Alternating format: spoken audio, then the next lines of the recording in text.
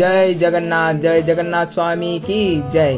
তো আসছে 7ই জুলাই আমাদের জগন্নাথ রথযাত্রা। তো এবারও আমাদের ইস্কন আগরতলা মন্দিরের তরফ থেকে আমাদের রথযাত্রার আয়োজন করা হয়েছে। 7 তারিখ বিকাল 3 ঘটিকায় পূর্বাশার সামনের থেকে এবার রথ বেরোবে।